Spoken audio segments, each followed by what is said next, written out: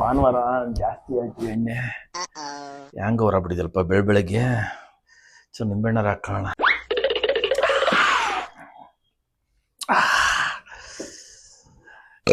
ಯಾಕೋ ಹೆಂಗ ಅವ್ರ ಕಡಿಮೆ ಆಗ್ತಾ ಇಲ್ಲ.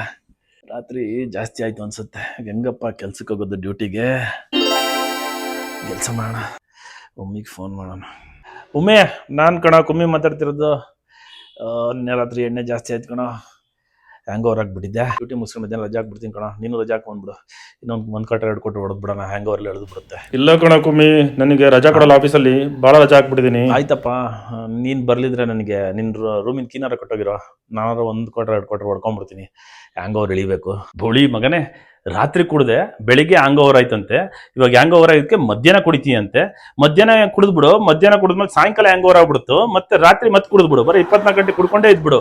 ನಿಮ್ಮಂತರಲ್ಲ ಏನ್ ಮಾಡ್ಬೇಕು ಗೊತ್ತಾ? AK-47 ತಗೊಂಡು ಹಿಡಿದು ಡಗ ಡಗ ಡಗ ಡಗ ಡಗ ಡಗ ಅಂತ ಹೊಡೆದಂಗೆ ಅಲ್ಲೇ ಸಾಯಿಸ್ಬಿಡ್ಬೇಕು. ಅಪ್ಪ, AK-47 ತಗೊಂಡು ಹೊಡೆದು ನಾನು ಸಾಯಿಸಿ ಗುಂಡೆಲ್ಲ ಯಾಕಪ್ಪ ವೇಸ್ಟ್ ಮಾಡ್ತೀಯಾ? ಹಿಂಗೆ ಕುಡ್ದು ಸತ್ತೋಗ್ತೀನಿ ಬಿಡತ್ಲಾಗ. ನಿಮ್ಮಂತ ಮಕ್ಳಿಗೆ ಎತ್ತಿದೀವಲ್ಲ ನಾವು ಯಾತದಾರ ತಗೊಂಡು ಹೊಡ್ಕೋಬೇಕು. ಅಬ್ಬಾ, ನೀನ್ ಉಗಿದ್ರು ಕುಡಿಯೋದ್ ಬಿಡಕ್ಕಾಗಲ್ಲಪ್ಪ. ಹ್ಯಾಂಗ್ ಓವರ್ ಆಗ್ಬಿಟ್ಟೈತೆ. ಹ್ಯಾಂಗ್ ಓವರ್ ಆದವ್ರ ಕತೆ ಏನಪ್ಪ ನಿನಗೆ ಗೊತ್ತು? ಹ್ಯಾಂಗ್ ಓವರ್ ಆದವ್ರ ಕತೆ ಕೇಳಪ್ಪ, ಹೋಗಿ ಗೊತ್ತಾಗುತ್ತೆ ನಿನಗೆ.